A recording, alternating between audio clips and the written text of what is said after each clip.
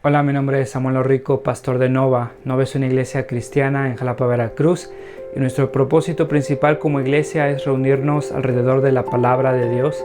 Creemos que Dios a través de su palabra es como transforma a su pueblo. Nos llama a creer, a arrepentirnos, a amar lo que antes aborrecíamos, a aborrecer lo que antes amábamos. Y entonces, antes de empezar con esta prédica, déjame recordarte un par de cosas. El propósito principal para subir estas predicaciones en línea es para aquellos comprometidos con una iglesia local que no pudieron asistir por cualquier razón a su iglesia este domingo. Estas predicaciones son un recurso para nosotros, para poder crecer, para poder escuchar la palabra de Dios. Sin embargo, creemos que un cristiano no puede existir sin una iglesia. Creemos que el contexto bíblico en el cual el cristiano crece y se sustenta como cristiano por la gracia de Dios es a través de su iglesia local, sometiéndose a un liderazgo local, amándose unos a otros, sirviéndose unos a otros, perdonándose unos a otros. Un cristiano no puede vivir su vida cristiana simplemente consumiendo predicaciones en una pantalla de su televisión, de su computadora. Entonces te animamos a comprometerte con una iglesia local. Si no pudiste asistir a una iglesia este domingo, nos da gusto que estés viendo este video. Disfrútalo, nuestra oración es que te sea de bendición.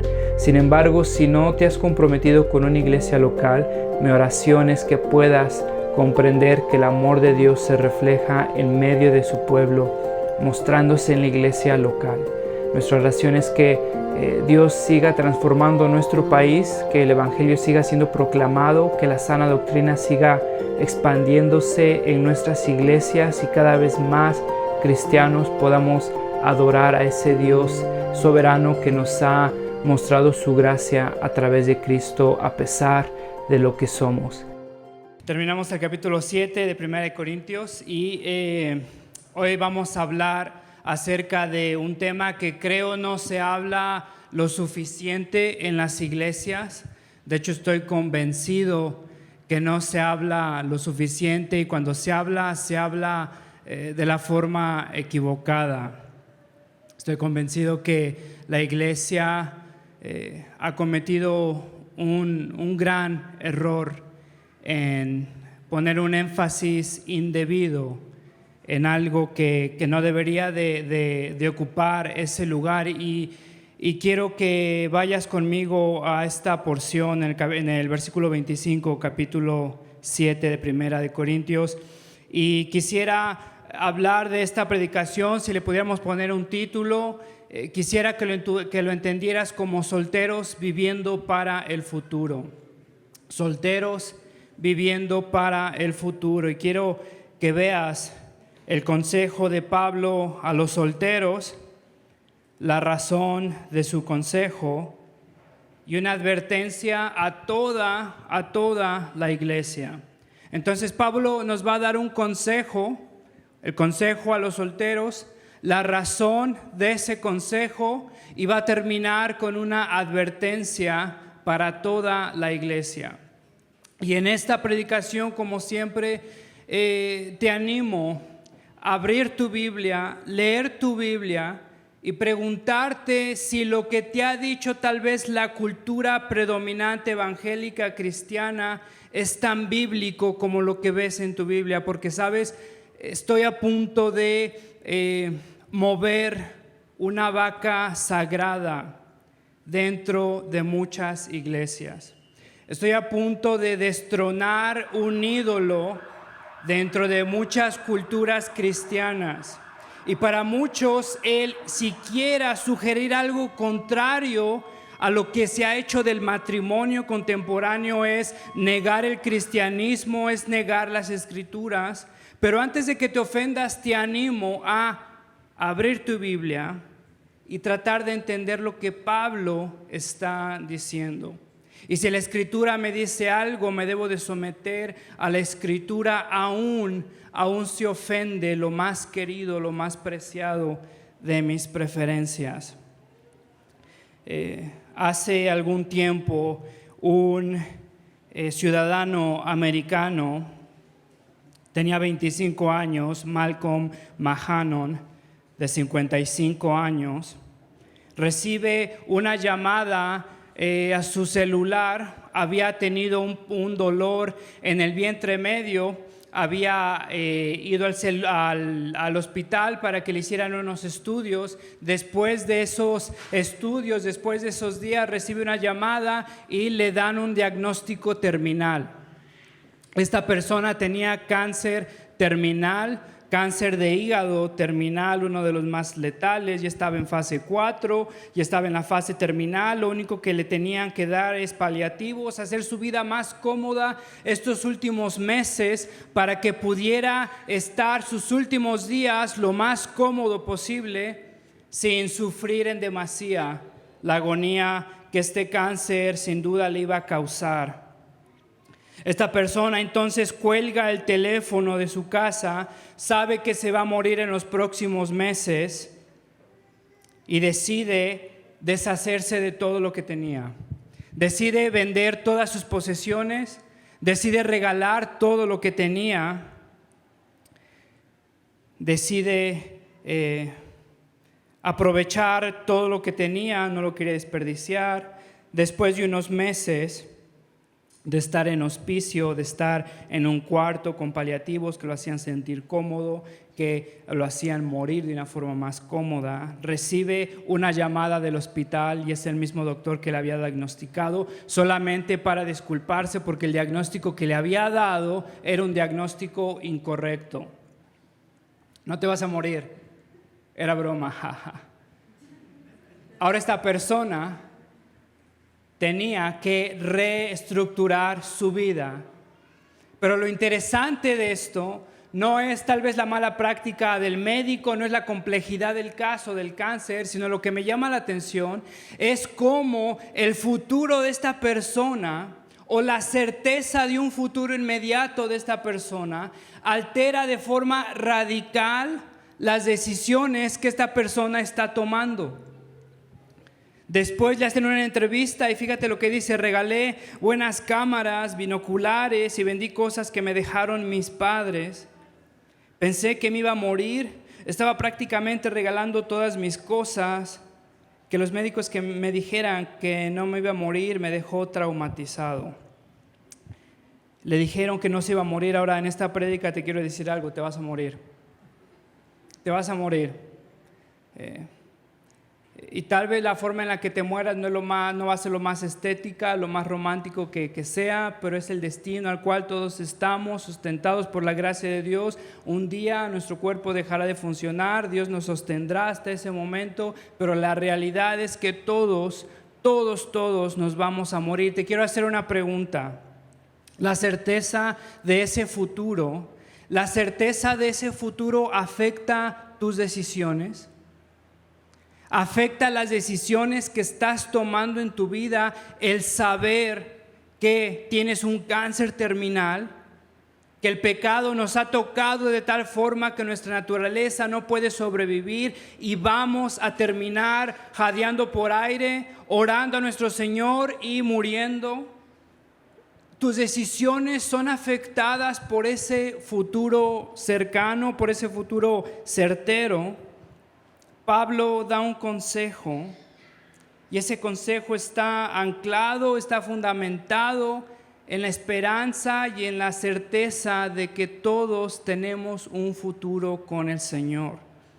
Y entonces fíjate, Pablo está hablando del matrimonio, que se pueden casar los que quieran. ¿Te acuerdas que habíamos visto la semana pasada que había un movimiento que había reaccionado de forma incorrecta a la inmoralidad sexual que se vivía afuera? Entonces, si ellos están viviendo en inmoralidad sexual, entonces vamos a prohibir el matrimonio. Pablo dice, no es así, no es así. Los que se quieran casar, que se casen. Sin embargo, Pablo nos da el consejo, nos da su convicción. Fíjate, versículo 25. A cuanto a las personas solteras, no tengo ningún mandato del Señor, pero doy mi opinión como quien por la misericordia del Señor es digno de confianza. Pablo va a dar un consejo a los solteros. Y fíjate, dice en cuanto a los solteros, no tengo ningún mandato del Señor. ¿Qué significa? Que Dios no habló, que Cristo no habló de forma explícita en cuanto a este asunto. Que no vas a encontrar un versículo explícito en cuanto a lo que le estaban preguntando a Pablo en este momento. Los solteros le estaban preguntando, oye, bueno, entonces ¿nos podemos casar sí o no? Porque hay personas que están prohibiendo casarse. ¿Qué onda, es malo casarse o no? Y Pablo les da su consejo. Y Pablo dice, en cuanto a esto, ningún mandato del Señor. En otras palabras, Jesús no habló de forma explícita en cuanto a esto. Sin embargo, dice, doy mi opinión, quien por la misericordia del Señor es digno de confianza. ¿Esto qué significa? No significa simplemente una opinión que si quieres puedes pensar que es sabia o no. Pablo hace una diferencia y dice, el Señor no habló explícitamente de esto, sin embargo, esta es mi convicción. Y la palabra literal para opinión es la palabra que se utiliza en los demás versículos que puedas encontrar en la Biblia como convicción. Esta es mi convicción apostólica. Y Pablo les va a decir a estas personas, si quieres puedes casarte, pero considero mi convicción es que es mejor no hacerlo. Pero doy mi opinión. Versículo 25, fíjate cómo dice, como quien tiene la misericordia del Señor y es digno de confianza. La opinión de Pablo no es la misma que la opinión del Pelos ahí en tu colonia. La opinión de Pablo no es el mismo del Fierros ahí en la esquina de tu trabajo. Pablo está dando su convicción apostólica. Fíjate el versículo 40, en mi opinión, ella sería más fácil si no se casa, y creo que yo también tengo el Espíritu de Dios. Pablo está haciendo una diferencia entre aquellos que prohibían el matrimonio porque eran espirituales y era más espiritual no hacer eso. Pablo está diciendo, yo también tengo el Espíritu de Dios y mi convicción es que si pueden, que no se casen. Fíjate el versículo 26, pienso que a causa de la crisis actual es bueno que cada persona se quede como está. Esa es la convicción de Pablo. Pon atención en esto y no lo trates de excusar en tu mente como pero y empieces a crear excepciones. Piensa, por lo menos date la oportunidad en lo que Pablo nos está diciendo a todos. Pienso que a causa de la crisis actual es bueno que cada persona se quede como está. Versículo 27, estás soltero, no busques esposa. Y la pregunta es entonces, bueno, ¿qué significa la crisis actual? Muchas personas tratan de entender esto como, bueno, tal vez había una hambruna, tal vez había pobreza en demasía en ese entonces. Y entonces Pablo está diciendo, pues porque hay persecución, pues es mejor no casarte ahorita, aguántate hasta que termine la persecución y ya después busca casarte. El problema es que en esta epístola y en 2 Corintios no hay rastros de hambrunas o de persecuciones. El problema es que después al final de este pasaje, Pablo va a anclar su argumento en cuanto a la futilidad o en cuanto a la temporalidad de nuestra existencia. Y Pablo va a medir todo bajo a la luz de la eternidad, es decir, que todos vamos a estar delante de Cristo y hay algo mejor que estarse aferrando por estar casado. Y sé que esto es chocante, pero por lo menos trata de escuchar el argumento que Pablo está haciendo en estos versículos. Fíjate, pienso que a causa de la crisis actual es bueno que cada persona se quede como está. La crisis actual, literalmente, los tiempos que se acercan, la futura e inevitable aflicción. Y Pablo, si pones atención en los versículos que vienen, va a estar hablando de la revelación de Cristo, de la llegada de Cristo, del término de todas las cosas, del mundo y los días pasando y dejando de ser. Versículo 27, ¿estás casado? No procures divorciarte, porque el matrimonio no es malo, porque el matrimonio no es algo que no se debe de hacer o se debe de evitar a toda costa o es pecado, porque el matrimonio Dios lo ha instituido como no la única, una de las formas en la que Dios proclama su gloria. No es la única, Es una de las cuales Dios ha propuesto, ha establecido, por las cuales Dios ha de proclamar su gloria. Ahora entonces, si estás casado, dice, no procures divorciarte. Otra vez más, aún más, Pablo Pablo reitera la prohibición del divorcio. ¿Te acuerdas en el versículo 11? Si se separan, que no se vuelvan a casar. De lo contrario, que se reconcilie con su esposo. No se separen. Si se separan, que no se vuelvan a casar. De lo contrario, que se reconcilie con su esposo. Te das cuenta de cómo el cristianismo procura el matrimonio, cómo el cristianismo defiende el matrimonio para aquellos que están casados. Asimismo, que el hombre no se divorcie de su esposa, porque el divorcio es algo que no se debe cometer dentro del cristianismo, porque es una negación del evangelio. Porque es la incapacidad de perdonar a aquel que me ofendió. Sin embargo, Dios en su misericordia da 2 excepciones para el divorcio. Y entonces, ¿te acuerdas? Estamos repasando. La primera es fornicación, infidelidad sexual. ¿Te acuerdas? Mateo 5, se ha dicho que repudia a su esposa debe darle un certificado de divorcio, pero yo les digo que excepto en caso de inmoralidad sexual, todo el que se divorcia de su esposa le induce a cometer adulterio. Y el que se casa con la divorciada comete adulterio también. La otra excepción es abandono. 1 Corintios capítulo 7, versículo 5. Sin embargo, si el cónyuge no creyente decide separarse, no se lo impidan en tales circunstancias. El cónyuge creyente queda sin obligación. Dios nos ha llamado a vivir en paz. Y ahora que estás soltero, Pablo te está diciendo, no te cases. Si estás soltero por las razones explícitas vigentes. Si estás soltero por fornicación o por abandono.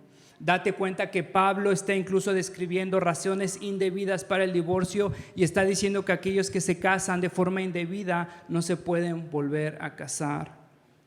Fíjate el versículo 28, pero si te casas, está hablando a los solteros otra vez, no pecas, y si una joven se casa, tampoco comete pecado. ¿Te das cuenta? Entonces Pablo está respondiendo a los ascéticos, a los que pensaban que el matrimonio era pecado, las relaciones sexuales eran pecado. Pablo está diciendo no, si te casas no pecas, si una joven se casa tampoco peca. Había personas que pensaban que en medio de la inmoralidad sexual lo mejor era abstenerse del matrimonio. Fíjate lo que hay, un comentarista cita acerca de esto. La hiperespiritualidad da como resultado constantemente y de forma paradójica un retroceso a la indulgencia carnal. En otras palabras, la respuesta al pecado no es legalismo, la respuesta a la inmoralidad sexual no es prohibir el matrimonio, la respuesta a la inmoralidad sexual es gracia y obediencia impulsada por gracia. En otras palabras, Dios te da gracias para cumplir sus mandatos, no para cumplir mandatos hechos por el hombre. Si de por sí la vida cristiana es difícil, si de por sí la pureza sexual es complicada, había personas que pensaban que la respuesta para todo esto eran más reglamentos, más estándares, aún más estrictos que lo que Dios había establecido. Pero Pablo dice, si te casas no pecas, si una joven se casa tampoco peca. Es interesante que dentro de los grupos más legalistas, dentro de los grupos más estrictos, muchas veces surgen los pecados más abominables y más escandalosos. Había hace tiempo en Estados Unidos una universidad cristiana donde querían mantener una pureza sexual tan, según ellos, tan por encima del estándar, que prohibían a los hombres y a las mujeres caminar en la misma banqueta. Había un lado para las mujeres, había un lado para los hombres. Las mujeres prácticamente estaban cubiertas con un manto así gigantesco, les cubría todo. Y después de unos años surgieron los pecados más escandalosos dentro de esa comunidad. Estoy hablando tal vez ¿te acuerdas de los mormones fundamentalistas? Uno de los pecados más abominables, de los pecados más escandalosos que han surgido ahí. La hiperespiritualidad da como resultado constantemente, de forma paradójica, un retroceso a la indulgencia carnal. Pablo está compartiendo su convicción acerca de no casarse, no por las razones que los ascéticos o las personas súper espirituales estaban dando. Pablo está diciendo, no, el casarse no está malo. El ser soltero no es más santo que el casado. Sin embargo, Pablo sigue compartiendo su convicción que el soltero sería más feliz si no se casara. Fíjate los comprometidos. Si alguno piensa que no está tratando a su prometida como es debido y ya ha llegado a su madurez o ya está lista para casarse, por lo cual él no se siente obligado a casarse, por lo cual él se siente obligado a casarse, que lo haga. Con esto no peca, que se case. En otras palabras, si el novio tiene compromisos familiares, si el novio ya dio su promesa, si ya hay situaciones legales o si ya hay planes o si no está en sus manos el echarse para atrás, dice Pablo que se case, dale, no tiene nada de malo, cásate con esa persona. Si ya ha llegado a su madurez, si ya está lista, en otras palabras, por lo cual se siente obligado a casarse, si él tiene el compromiso de casarse, si es indebido defraudarla al no casarse con ella, si ya hay una cuestión donde ella terminaría en una situación peor que como él la encontró. ¿Te acuerdas que en este contexto las mujeres dependían de forma muy sustancial en la economía de los varones? Entonces, si no tenía tal vez esta mujer un papá, una familia o una forma de sostenerse, y este hombre había llegado a su vida, se había acercado a ella, le había prometido la mano, y entonces el bienestar de esta mujer estaba ligado al matrimonio de este hombre. Entonces Pablo está diciendo, pues dale, cásate, no tienes problema en hacerlo. Fíjate el versículo 37, pero el que se mantiene firme en su propósito y no está dominado por sus impulsos, sino que domina su propia voluntad. En otras palabras, si está en tus manos, si no tienes compromisos y ha resuelto no casarse con su prometida, pon atención en esto, también hace bien. De modo que el que se casa con su prometida hace bien, pero el que no se casa hace mejor.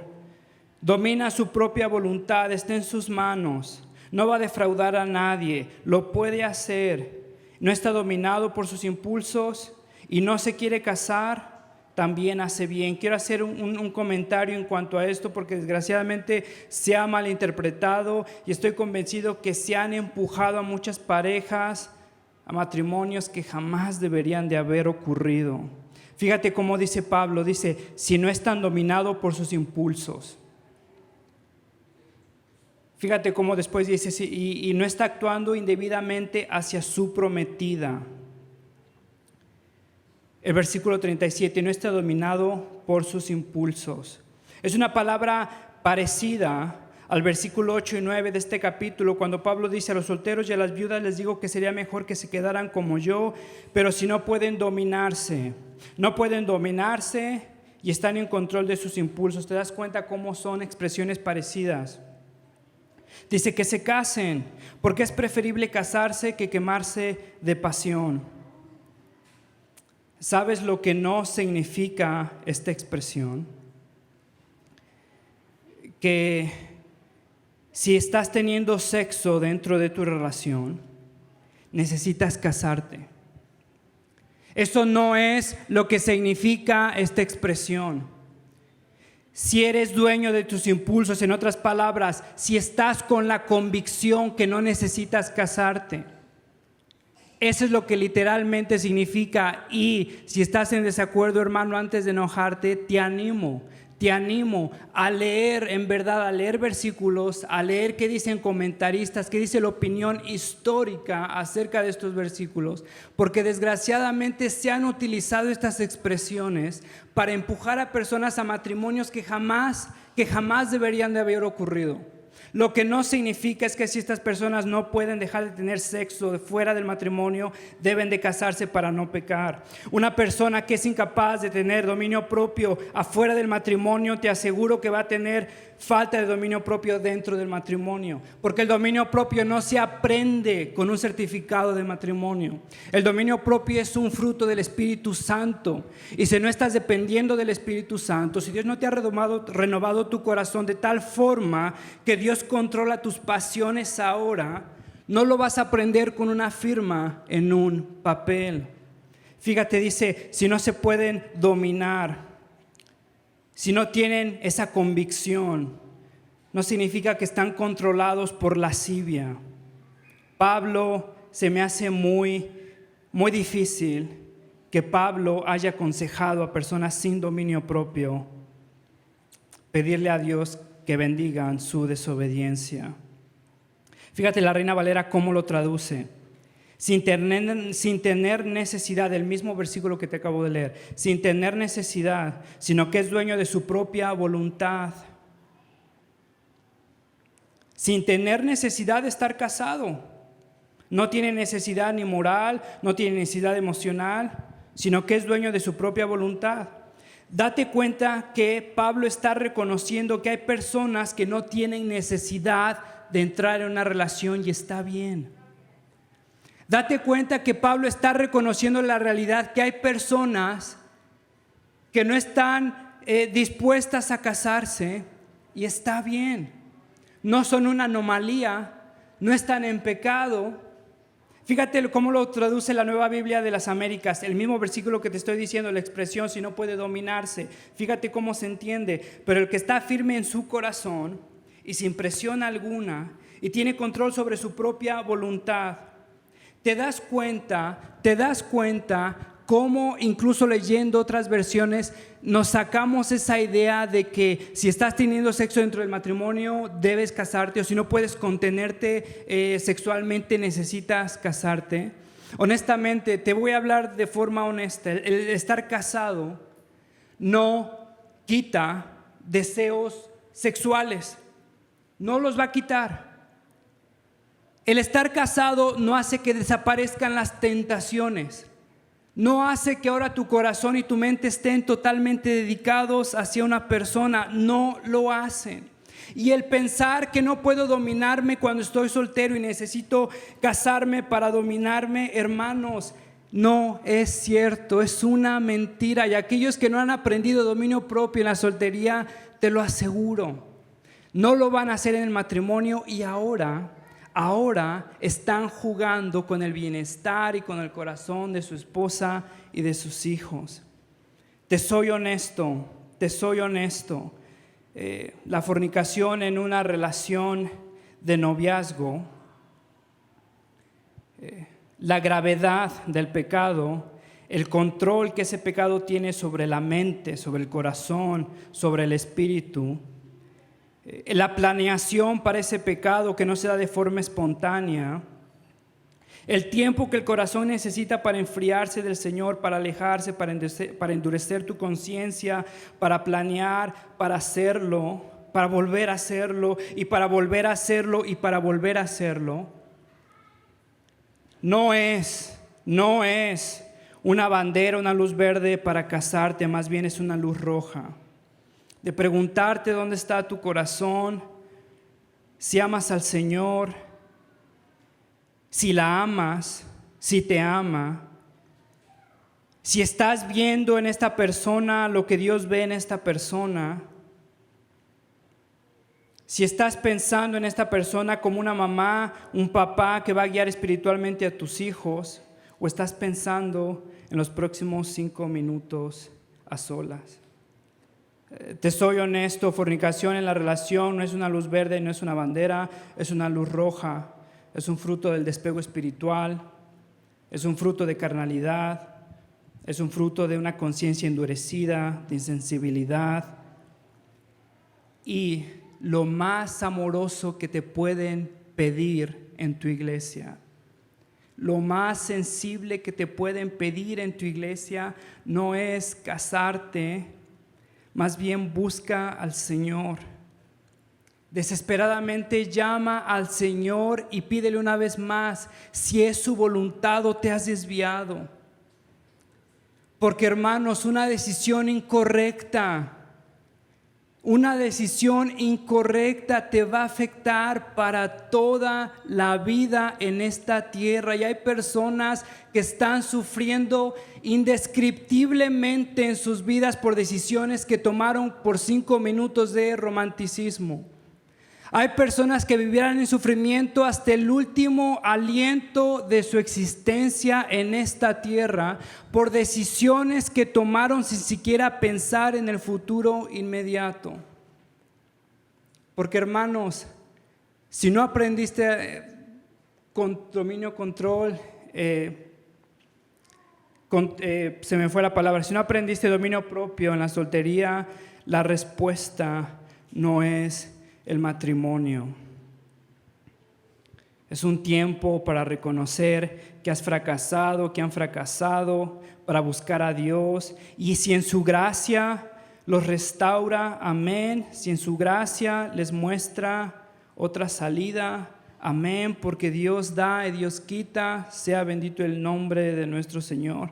Fíjate el consejo a las viudas: la mujer está ligada a su esposo mientras él vive, pero si el esposo muere ya queda libre para casarse con quien quiera, con tal de que sea en el Señor. Quiero hablar de esto más adelante, pero fíjate, dice: mi opinión, ella será más feliz si no se casa, y creo que yo también tengo el Espíritu de Dios. Una vez más, Pablo reitera: en mi opinión, en mi convicción, ella sería más feliz si no se casa. Fíjate la razón.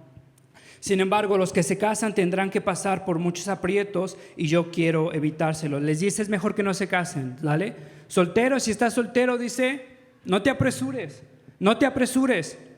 Fíjate la razón. Sin embargo, los que se casan tendrán que pasar por muchos aprietos y yo quiero evitárselo. La Reina Valera, fíjate cómo lo traduce: aflicciones en la carne. La Biblia de las Américas: problemas en esta vida. El matrimonio causa aflicciones en la carne, problemas en esta vida.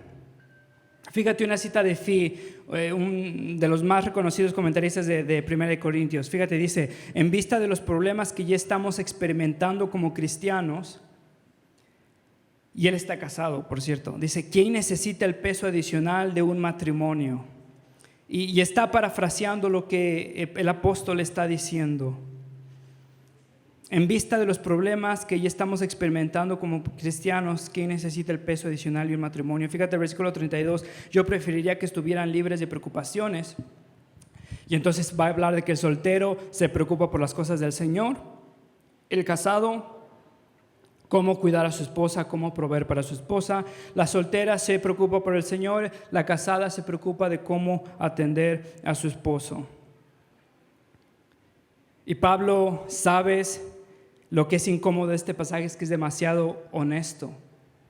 Pablo está hablando como un padre a sus hijos y está hablando demasiado honesto acerca del matrimonio. ¿Sabes lo que es chocante de este pasaje? Y cuando Pablo está hablando de la complejidad que trae el matrimonio a nuestras vidas, ¿sabes lo que nos hace incómodos y lo que nos hace sentir como: ay, Pablo, te estás pasando, ¿qué estás diciendo? ¿Sabes lo que ocasiona esto?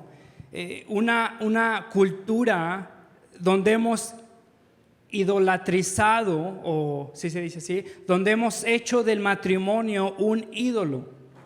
Es una cultura donde hemos puesto el matrimonio como una parte íntegra y parte de la entidad del cristiano. Y si me estás diciendo que no, por lo menos pregúntate ¿por qué? ¿Por qué muchas veces tratamos a los solteros dentro de la iglesia de forma diferente? Como si estuvieran enfermitos, como si estuvieran desahuciados. Muchos de nosotros sentimos pena por los solteros, como si les faltara algo, como si estuvieran tristes. Nos sentimos mal por los solteros. Asumimos que si estás soltero, algo está mal contigo. Y lo que necesitamos hacer es presentarte a un cuate o presentarte a una hermana. Es cierto. Y nos reímos, pero ¿sabes qué? Es un reflejo de la cultura idolátrica que hemos hecho en cuanto al matrimonio. Porque hemos establecido que el matrimonio es la voluntad de Dios para todos y que es mejor que la soltería.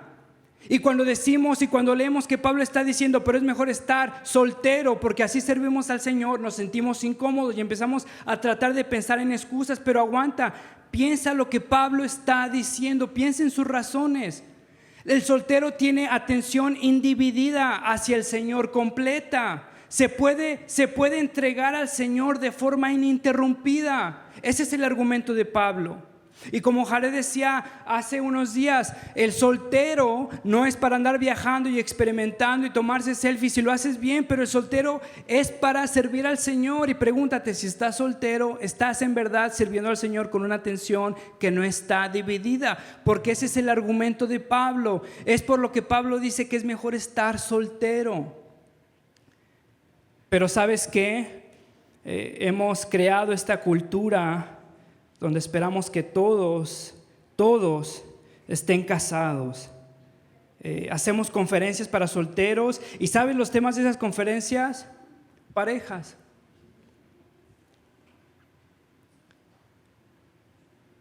Tratamos de hacer parejas a cada rato. Sentimos lástima por los solteros porque pensamos que están incompletos y utilizamos frases como mi media naranja.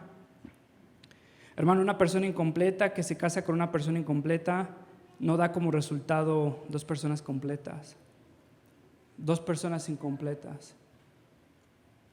Fíjate lo que ha provocado insatisfacción en muchos solteros porque han comprado esa mentira que para ser amados por Dios, Dios les necesita dar una esposa o un esposo, o hay algo mal con ellos porque no han encontrado esa persona. ¿Y qué? ¿Y qué si no es la voluntad de Dios para tu vida? ¿Dios será menos Dios? ¿Te amará menos? ¿Y qué si no tienes el deseo de estar con otra persona? ¿Estará algo dentro de tu corazón? ¿Serás una anomalía cristiana? Si eres soltero, escúchame, no hay nada malo contigo. No hay nada raro contigo. No te veo con lástima, no te veo incompleto. Doy gracias a Dios por tu vida y oro que Dios pueda utilizar tu soltería para su gloria. Fíjate lo que dice Paul Tripp. Hemos cometido un grave error en la iglesia en la manera que hemos hablado del matrimonio, provocando que los solteros se sientan como si estuvieran relegados a un plan B. Hemos tomado el matrimonio como una identidad a un nivel que no es bíblico. Tu identidad como cristiano no es casado o soltero, tu identidad está en Cristo. Amo a mi esposa, pero ella no es la razón por la que me levanto en las mañanas. Mi esposa no puede satisfacer los anhelos más profundos de mi corazón y el matrimonio nunca hará eso. Hay un Mesías y no es mi esposa. Fíjate otro comentarista, Moffat. La vida cristiana nunca debe ser identificada referente a este pasaje. La vida cristiana nunca debe ser identificada ni aún con la experiencia más atesorada y cercana de esta vida, sin importar lo buena y legítima que sea. Creo que ya estoy entendiendo a Pablo un poco más. Fíjate una vez más, versículo 26. Es bueno que cada persona se quede como está. Estás soltero, versículo 27, no busques esposa. Versículo 37, y ha resuelto no casarse con su prometida, también hace bien. Versículo 40, en mi opinión, ella será más feliz si no se casa, y creo que yo también tengo el Espíritu de Dios. Sabes, una mala teología promueve una mala práctica y hemos atesorado el matrimonio de forma tan incorrecta y antibíblica que hemos llegado a pensar que nos debemos de casar simplemente por el hecho de casarnos. Cásate como sea, cuando sea, con quien sea, el chiste es casarse para no quedarse en el círculo de los apestados.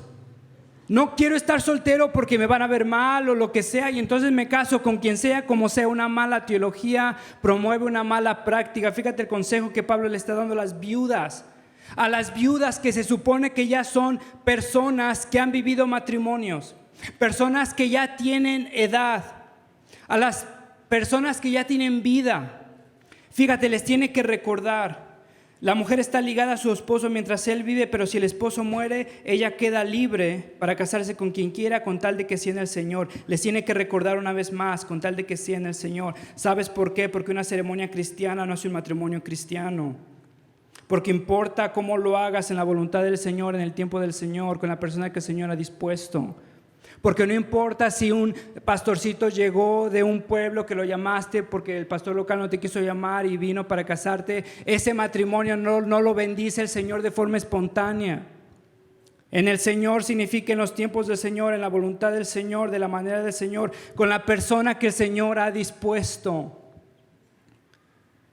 Una mala teología ha fundamentado malos matrimonios y simplemente llegamos a pensar que el chiste es casarse con quien nos casemos, no importa.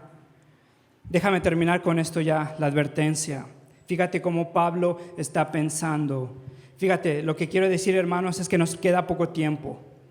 Nos queda poco tiempo. De aquí en adelante los que tienen esposa deben de vivir como si no la tuvieran. Los que lloran como si no lloraran. Los que se alegran como si no se alegraran, los que compran como si no lo compraran, los que disfrutan de las cosas de este mundo como si no lo hicieran, porque este mundo y esta forma actual está por desaparecer. Date cuenta, los que disfrutan de este mundo como que se va a ir, no se aferren. Los que compran, fíjate, los que compran, no se aferren a esto. ¿Cómo compraste el Buen Fin? Como si no hubiera un mañana. Sabes que lo que compraste no te lo vas a llevar. Se lo va a quedar a alguien. Pablo es lo que está diciendo. Vive a la luz de la eternidad. Si lloras pensando que va a haber un consuelo futuro, si estás feliz en este mundo, piensa que ese gozo no va a durar y no se compara al gozo que viene. Fíjate, los que tienen esposa deben de vivir como si no la tuvieran. Hay personas que han hecho del matrimonio un ídolo tal que se han vuelto estériles al servicio de la iglesia, porque piensan que Dios no los ha llamado a ser cristianos, sino los ha llamado a ser esposos o esposas.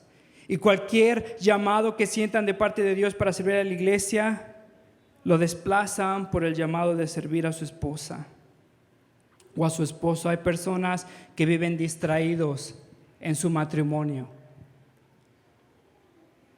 Pero el casado, como no tiene esposa, debe de vivir como si no la tuviera, y no significa que entonces le estás descuidando, significa que vivas a la luz de la eternidad, que te des cuenta que tu esposa no es Cristo.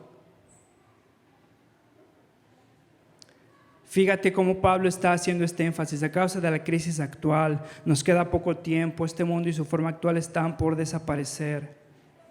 Fíjate, otro comentarista, aquellos que tienen un futuro definido y lo ven claro, viven en el presente con valores radicalmente alterados en cuanto a lo que cuenta y lo que no cuenta. Otra vez, aquellos que tienen un futuro definido y lo ven claro, viven en el presente con valores radicalmente alterados en cuanto a lo que cuenta y a lo que no cuenta. Son aquellos capaces de reformular su existencia. Les digo esto por su propio bien, no para ponerles restricción, sino para que vivan con decoro y plenamente dedicados al Señor. Te voy a dar un infarto cerebral, tal vez no sé si todavía sigues despierto, pero ya con esto termino. Sabes que al final de cuentas, delante del Señor, ni siquiera va a estar pensando en tu esposo o en tu esposa. Sabes que a la luz de la eternidad, tu matrimonio no va a ser lo más importante. Fíjate lo que Jesús dice, versículo 22 del Evangelio de Mateo 29. Jesús les contestó: ustedes están equivocados porque desconocen las Escrituras y el poder de Dios. En la resurrección las personas no se casarán ni serán dadas en casamiento, sino serán como los ángeles que están en el cielo, adorando a Dios. Ponte a pensar en esto. A la luz de la eternidad delante de Cristo, lo más importante no va a ser tu querubín, tu corazoncito. No va a ser lo más importante, vas a estar delante de Dios y lo más hermoso que vas a ver es Dios y su gloria y todo lo que ha hecho por su iglesia. No va a haber casamientos ni nadie se va a dar en casamientos. Tu pareja no es el Mesías, tu pareja no es el escatón o la promesa que Dios nos ha dado. Tu pareja no te puede satisfacer como Cristo. Algo interesante es que hay dos parábolas en los evangelios de aquellos que no entran al reino de Dios porque están distraídos. ¿Y sabes con qué están distraídos? Buscando pareja. Si no me crees, Lucas 14, versículo 16. está hablando y el reino de Dios es. Jesús les contestó: cierto hombre preparó un banquete, invitó a muchas personas. A la hora del banquete mandó a su siervo a decirles a los invitados: vengan, porque ya todo está listo. Pero todos sin excepción comenzaron a disculparse. El primero le dijo: acabo de comprar un terreno y tengo que irlo a verlo, te ruego que me disculpes. Otro adujo: acabo de comprar 5 yuntas de bueyes y voy a comprarlas, te ruego que me disculpes. Otro alegó: acabo de casarme y por eso no puedo ir. Son personas que no entraron al reino de Dios. Personas que consideraron algo más importante que el llamado de Dios. Negocios, posesiones, relaciones. Acabo de casarme y no puedo ir. ¿Has escuchado de personas que dicen: Señor, aguanta, no vengas, primero déjame casarme? Es en serio. Es en serio. Es lo que hemos hecho de la idolatría de pensar que una persona es mejor que Cristo. Fíjate la otra parábola, Lucas 27, versículo 26. Tal como sucedió en tiempos de Noé, así también será cuando venga el Hijo del Hombre. Comían, bebían y se casaban y daban en casamiento, hasta el día en que Noé entró en la barca. Entonces llegó el diluvio y los destruyó a todos. Los distraídos no escuchan el llamado de Dios. Los distraídos prefieren algo en vez de Dios. Los distraídos consideran que algo es mejor que el reino de Dios. En otras palabras, el llamado del cristiano, el llamado por el cual Cristo murió, por el cual Cristo resucitó, no es para darte un esposo o una esposa. No lo es. Es para hacerte a la semejanza de Cristo, para renovarte, para involucrarte en su misión, en su pueblo, para restaurarte. El llamado del cristiano es el llamado de seguir a Cristo, no el llamado de estar casado. Y muchos de nosotros hemos hecho del matrimonio algo que es bueno, pero lo hemos elevado a algo que no debería de ser. Imagínate Malcolm Mahanon, 55 años, diagnosticado de cáncer, sabiendo que no va a tener mucho tiempo en su vida, y pasa el tiempo que tiene obsesionado con encontrar a alguien. No es que sea malo, si encuentras a alguien, gloria a Dios, amén. Disfrútalo, es la bondad de Dios. Pero hermanos, honestamente no es lo más importante para un cristiano. No lo es. Una persona incompleta que se case con otra persona incompleta no equiparan satisfacción. Esta persona, por más que la llegues a amar y atesorar, jamás te dará la satisfacción que Cristo ya te ha dado. Ahora, déjame terminar con esto y ya lo prometo. Si eres una persona soltera y te quieres casar, hermano, te diría, no tiene nada de malo, no pecas, bien. Ora a Dios. Procura tomar esos pasos. Busca un trabajo. Báñate, peínate, sé responsable. Sal de la casa de tus papás. Actúa como un varón, actúa como una hermana madura y busca en oración esta situación, con el consejo de los demás. Si eres un soltero y no te quieres casar, hermano, no te sientas forzado. No hay nada de malo contigo. El matrimonio no es el llamado para todos, ni es la solución para tu soledad. Hay personas casadas que, lo creas o no, se sienten más solas que cuando estaban solteros. Te lo prometo. Si no te sientes casado, si no te sientes que necesitas casarte con alguien, hermano, no hay nada de malo contigo. Pregúntate por qué no quieres casarte. Tal vez es por cuestiones de egoísmo, por cuestiones que no quieres cambiar en tu vida, de carácter cristiano, que necesitas cambiar. Pero hermano, si estás satisfecho con tu soltería, la iglesia necesita arrepentirse si es que te ve menos, en segunda clase, si te ve con lástima. Si estás casado, hermano, procura tu matrimonio, porque vas a dar cuentas a la luz de la eternidad. Si te casaste mal, hermano, Dios te sustenta, no procures separarte. Dios te sustenta, Dios te da consuelo, busca consejo. Si estás casado y estás sufriendo de abuso, de infidelidad, hermano, busca consejo. Dios te ha dado libertad para buscar la paz. Una persona que ha estado viviendo en infidelidad o en violencia física no está obligada a estar en esa relación, y Dios nos ha dado gracia. Hay tanto que decir en estos temas, hermanos, tan poco tiempo, pero si hay más dudas, acércate con nosotros y en oración podemos buscar la voluntad de Dios. Padre, te doy gracias por tu palabra. Mi Dios, gracias por todo lo que nos has dicho. Te ruego que tú nos ayudes, mi Dios, a vivir de forma cristiana, bíblica, en cuanto a todo esto, mi Dios. Te ruego que podamos filtrar lo que es más cultural que bíblico, las cosas que hemos atesorado de forma indebida, como muchos de nosotros casados nos hemos vuelto estériles en la iglesia por enfocarnos, enfrascarnos en nuestro matrimonio, sin pensar que los casados que están sirviendo a la iglesia muchas veces tienen que sacrificar su matrimonio. Te ruego, mi Dios, que nos dé sabiduría a los solteros. Te ruego, mi Dios, levántalos, enciéndelos, mi Dios, con una pasión, que puedan servir a la iglesia, que puedan entregar sus cuerpos, sus corazones, sus mentes a tu servicio, al reino y a la seguridad que tienen en tu venida. Mi Dios, te ruego todo esto en Cristo Jesús. Amén.